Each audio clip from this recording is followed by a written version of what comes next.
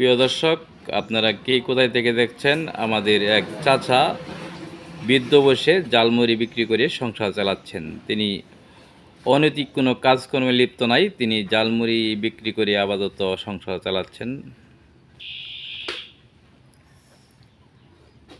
আমারই ভাই, আমার মামাতো ভাই, বুঝছেন? আপনি কয় বছর যাবত এই জালমুড়ি বিক্রি করছেন? 2-3 বছর ধরে করতেছি। কেমন চলছে? হুম? কেমন বেচাকেনি হচ্ছে? ভালোই। নামাজ পড়েন তো নাকি? আমার তো বলব না, এই চালাইছি হচ্ছে চালা করতেছি। 5 ওয়াক্ত নামাজ পড়ছেন? হ্যাঁ, এই চালাইছি বা চালাইছি এবার করে নিল বেকার বয়ে থাকলে কি লাভ আছে? একটা কিছু করি। ছেলে মেয়ে কয়জন আপনার? 4 মেয়ে 1 ছেলে।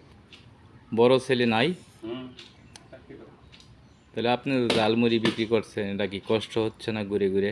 কষ্ট করলে তো এর চেয়ে বেশি কষ্ট লাগবে তো বয়ে থাকলে, বুঝলেন না? প্রতিদিন কত টাকা ইনকাম হয়, আপনার লাভ হয়?